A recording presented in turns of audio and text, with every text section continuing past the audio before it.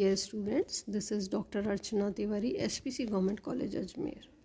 आज जो हम टॉपिक डिस्कस कर रहे हैं वो है मेथड्स या टेक्निक्स ऑफ कोऑर्डिनेशन, यानी कि समन्वय की विधियाँ, तकनीकें और साधन। अब जैसे कि हम ऑलरेडी स्टडी कर चुके हैं कि समन्वय का मीनिंग क्या होता है, तो समन्वय की समस्या के कॉम्प्लेक्स होने के साथ साथ ही समन्वय की अनेक विधियों और टेक्निक्स या साधनों का भी विकास हुआ है। तो कोऑर्डिनेशन स्थापित करने के लिए जो डिफरेंट टेक्निक्स हो सकती हैं, मेथड्स हम इसको कह सकते हैं, विधियाँ कह सकते हैं, उनका आज हम इस लेक्चर में डिस्कशन कर रहे हैं। तो इसमें जो विभिन्न प्रकार की टेक्निक्स आ सकती हैं उनमें सबसे पहली आती है प्रभावी नेतृत्व, यानी कि इफ़ेक्टिव लीडरशिप। तो समन्वय को लीडरशिप से पृथक नहीं किया जा सकता है। प्रभावी नेतृत्व के द्वारा ही संगठन के प्रत्येक स्तर पर समन्वय को स्थापित किया जा सकता है। और कुशल मैनेजर जो होता है अपने योग्य गाइडेंस के द्वारा, मार्गदर्शन के द्वारा संस्था में टीम स्पिरिट उत्पन्न करता है और सामूहिक प्रयासों में एकता स्थापित करता है। दूसरी टेक्निक हम देख सकते हैं योजनाएं, नीतियां या उद्देश्य, यानी कि प्लान्स, पॉलिसीज़ एंड ऑब्जेक्टिव्स। तो सुदृढ़ और स्पष्ट योजनाओं, नीतियों और उद्देश्यों के निर्माण से कोऑर्डिनेशन की स्थापना करने में बहुत ही हेल्प मिलती है। तो योजनाओं के द्वारा उपक्रम की क्रियाओं को बाह्य दशाओं के साथ में समायोजित किया जा सकता है और उद्देश्यों द्वारा प्रबंध की पद्धति, यानी मैनेजमेंट बाय ऑब्जेक्टिव्स जो मेथड है, उससे उपक्रम लक्ष्य प्राप्ति के लिए एक समूह भावना विकसित किया जा सकता है, जिससे कि प्रतिस्पर्धा के स्थान पर सामंजस्य को बल मिलता है। और इसी प्रकार सुस्पष्ट नीतियाँ एकीकृत निर्णयों को मोटिवेट करती हैं। थर्ड पॉइंट इसमें हम ले सकते हैं साउंड ऑर्गेनाइजेशनल स्ट्रक्चर, यानी कि सुदृढ़ संगठन संरचना। इस संरचना से कर्मचारियों को अपने अधिकारों, कर्तव्यों और कार्य क्षेत्रों का स्पष्ट ज्ञान हो जाता है और ऐसे स्पष्टीकरण से कार्यों की जो ओवरलैपिंग है, अंतर्व्याप्तता है, दोहराव है या मतभेद है, वो समाप्त हो जाता है और आदेशों और निर्देशों की एकता स्थापित की जा सकती है। संप्रेषण की प्रणाली भी इसमें इम्पॉर्टेंट टेक्निक है।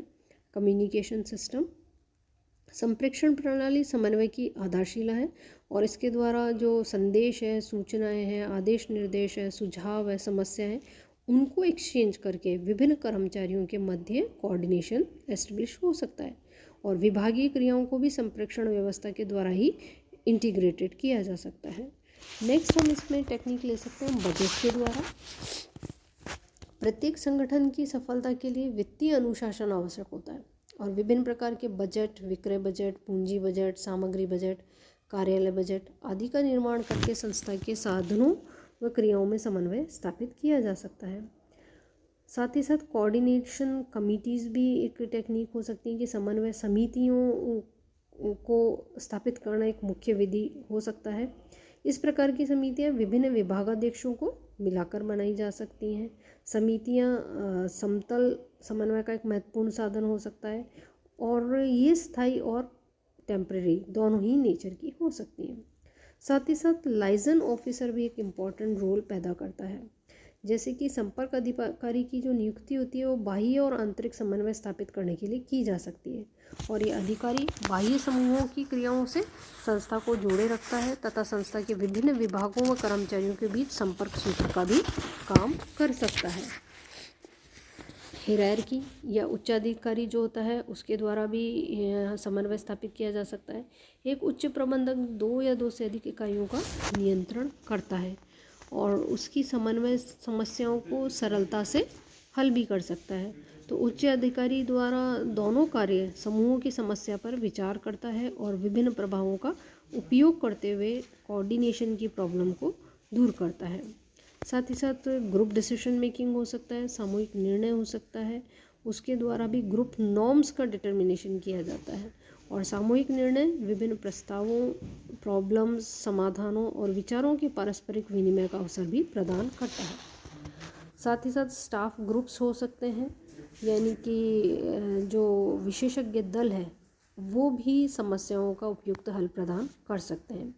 विभिन्न क्षेत्रों, विक्रय, उत्पादन, वित्त आदि की समन्वय समस्याओं को विशेषज्ञों के विशिष्ट परामर्श या मार्गदर्शन द्वारा कुशलता से हल किया जा सकता है।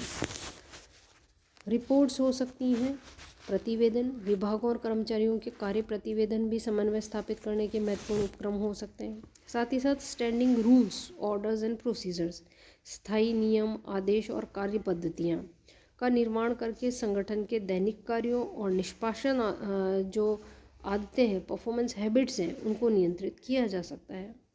निरीक्षण यानी कि सुपरविजन, निरीक्षण के द्वारा भी ये पता किया जा सकता है कि कार्य निश्चित योजनाओं के अनुसार हो रहा है या नहीं हो रहा है। प्रबंधक अपने अधीनस्थ की क्रियाओं का निरीक्षण करके उनके प्रयासों में समन्वय स्थापित कर सकता है। और साथ ही साथ सेल्फ कोऑर्डिनेशन भी हो सकता है, आत्म समन्वय, यानी कि इसको भी एक टेक्निक के रूप में प्रयोग किया जाता है। इसका आशय अपने उत्तरदायित्वों के निर्माण के रूप में दूसरे व्यक्तियों के कार्यों पर पड़ने वाले प्रभावों को ध्यान में रखना है और दूसरे व्यक्तियों की क्रियाओं के संदर्भ में अपने कार्यों को निष्पादित करना भी हो सकता है। तो इस तरह से हम देख सकते हैं कि अलग अलग टेक्निक्स हो सकती हैं, टेक्निक्स या मेथड्स, यानी कि जिनकी वजह से समन्वय को स्थापित किया जा सकता है। क्योंकि समन्वय जो है, it is not an easy task. आपस में समन्वय बनाए रखना अधिकारियों और कर्मचारियों के बीच में, it is very complex process. तो इनको जो हमने अभी मेथड्स देखे, अगर इनको कंपनी इम्प्लीमेंट करे तो डेफिनेटली ये टेक्निक्स उसको कोऑर्डिनेशन ढंग से बनाए रखने में हेल्पफुल हो सकता है।